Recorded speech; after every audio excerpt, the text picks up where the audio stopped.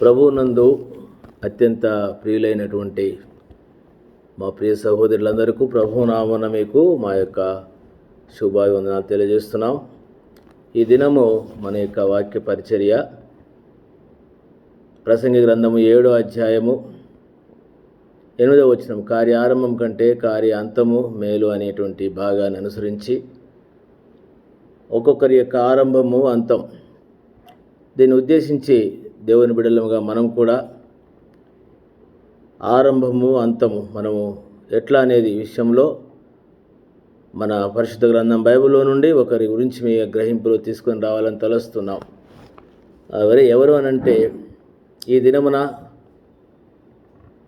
సర్వలోకములో నివసించేటువంటి ప్రజలు, సర్వ సృష్టికిలో ఉన్నటువంటి ప్రతి మానవుని యొక్క విషయంలో వీరందరికీ మనందరి కూడా తండ్రి అయినటువంటి ఆదాము గురించి మనందరికీ బాగా తెలుసు. మనందరికీ భూమి మీద ఉన్న ప్రతి జాతి మనుషులందరికీ కూడా ఒకే ఒక్కడు తండ్రి ఆదాము. కాబట్టి ఆదాము గారి యొక్క విషయంలో మనము ఈ సమయంలో ఈ మాటలు మనం విందాం. ఆదాము గారి ద్వారానే సృష్టి అంతటి కూడా ప్రతి మానవులు జన్మించినారని బైబిల్ చెప్తుంది. అపోస్తుల కార్యములు 16:26-27 ప్రకారము, మరియు యావత్ భూమి మీద కాపురం ఉండుటకు ఆయన ఒకరి నుండి ప్రతి జాతి మనసుని సృష్టించినాడు అనే సంగతి మనందరూ తెలుసు. కాబట్టి ఆ ఆదాముని దేవుడు ఏ విధంగా చేసినాడు అనేటువంటి యొక్క విషయానికి వస్తే, మనకు పరిశుద్ధ గ్రంథం బైబిల్లో ఆదికాండము 1వ అధ్యాయము 26వ వచనములో, దేవుడు మన స్వరూపమందు మన పోలిక చొప్పున నరులను చేయదము, వారు సముద్రపు చేపలను, ఆకాశ పక్షులను, పశువులను, సమస్త భూమిని, భూమి మీద ప్రాకు ప్రతి జంతువును ఏలుదురుగా కని పలికినాడు. దేవుడు త్రిత్వమైనటువంటి యొక్క దేవుడు, తండ్రి, కుమార, పరిశుద్ధాత్మైనటువంటి యొక్క దేవుడు. వారు ముగ్గురు కలిసి ఒక్క దేవుడుగాను మానవుని చేయాలనుకున్నారు. 5 దినముల్లో సృష్టి యావత్తును చేసినాడు.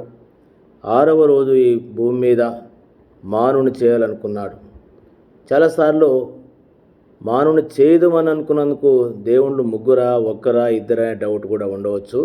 అలాంటి డౌట్ ఏం అవసరం లేదు. ఒక్కడే దేవుడు. మరి ఒక్కడే దేవుడు అనేటువంటి వారు ఎందుకు మన స్వరూపం అని మన అని వచ్చిందనంటే, ఒక ఉదాహరణ, మానవులమైనటువంటి మనము మానవుడు 3 భాగాలుగా నిర్మించబడ్డాడు. ఒకటి శరీరము, రెండవది ప్రాణము, మూడవది ఆత్మ. ఈ 3 కలిసినప్పుడే ఒక పని జరుగుతుంది. ఇందులో ఏది లేకపోయినా ఏ పని జరగదు. శరీరం లేకపోతే ప్రాణము, ఆత్మ ఏం పని చేయదు. ఒకవేళ ప్రాణం, ఆత్మ ఉండి శరీరం లేకపోతే ఏది చేయదు. కాబట్టి ఒక పని చేయాలనుకుంటే ముందు నీకు తలంపు రావాలా, నీ ప్రాణం సహకరించాలి, నీ శరీరం కూడా సహకరించినప్పుడే ఒక పని జరుగుతుంది. అట్లనే తండ్రి, కుమార, పరిశుద్ధాత్మ త్రియేక దేవుడు ఒక్కడే దేవుడు. కాబట్టి వారు ముగ్గురు తలంచినటువంటి కార్యం ఏంటంటే, మన స్వరూపమందు చేస్తాం. కాబట్టి ఆదాము ఆరంభంలో దేవుని స్వరూపముతోని దేవుని పోలికగా చేయబడ్డాడు. అంతేకాదు దేవునితో సహవాసం కలిగి ఉంటున్నాడు. దేవుని యొక్క మాట ప్రకారం తాను జీవిస్తూ వచ్చినాడు. దేవుడు అతన్ని ఒక ప్రత్యేకమైన వాణ్ణిగా సృష్టించడమే కాకుండా ఏదేనులో ఒక తోట వేసి దాంట్లో ఒక ప్రత్యేకమైన వాణ్ణిగా ఉంచినాడు.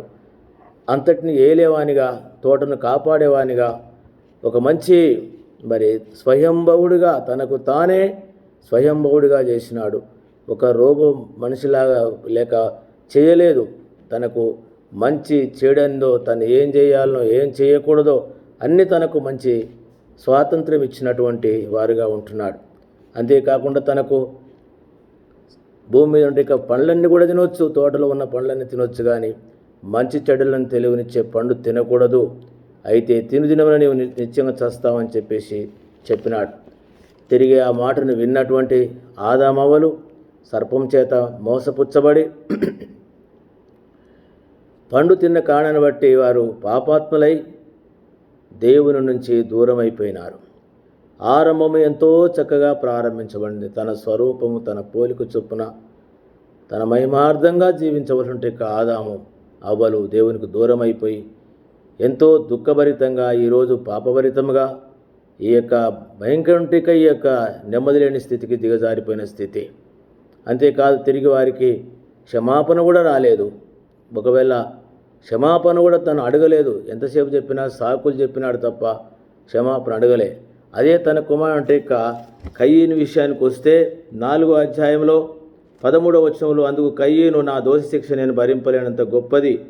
నేడు ఈ ప్రదేశం నుండి నన్ను వెళ్ళగొట్టితివై నీ సన్నిధికి రాకుండా తోలివేసి దిగులు పడుచు భూమి మీద దేశ దిమ్మన్నై ఉందును. కావున నన్ను కనుగొని వాడు చంపునని యెహోవాతో అనగా, అందుకు యెహోవా అతనితో, కాబట్టి ఎవడైనా కయీనును చంపిన యెడల వానికి ప్రతిదండన 7 కలుగును.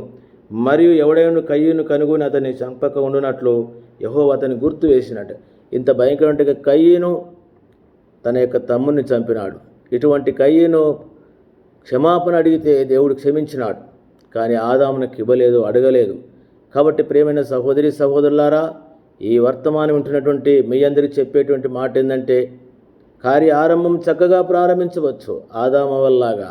చివరికి ఆదాము యొక్క అవ్వల యొక్క పరిస్థితి ఎంతో బాధకరంగా ఉంటుంది. నీవు నేను ఎట్లా ఉన్నాము? చక్కగా ప్రారంభించినాం.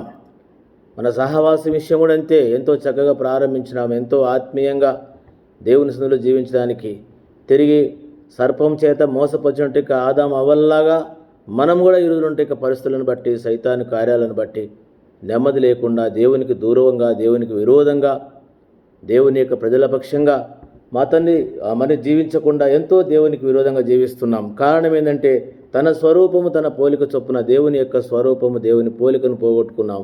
దేవుని స్వరూపంలో కొన్ని ఉన్నాయి. ఏంటి ఆ స్వరూపాలు అనంటే, దేవుడు వాక్యస్వరూపి, సత్యస్వరూపి, ప్రేమస్వరూపి, ఆత్మస్వరూపి, మహిమస్వరూపి. ఇవన్నీ ఇందులో మనకున్నటువంటి స్వరూపాలు పోయినాయి. ప్రేమ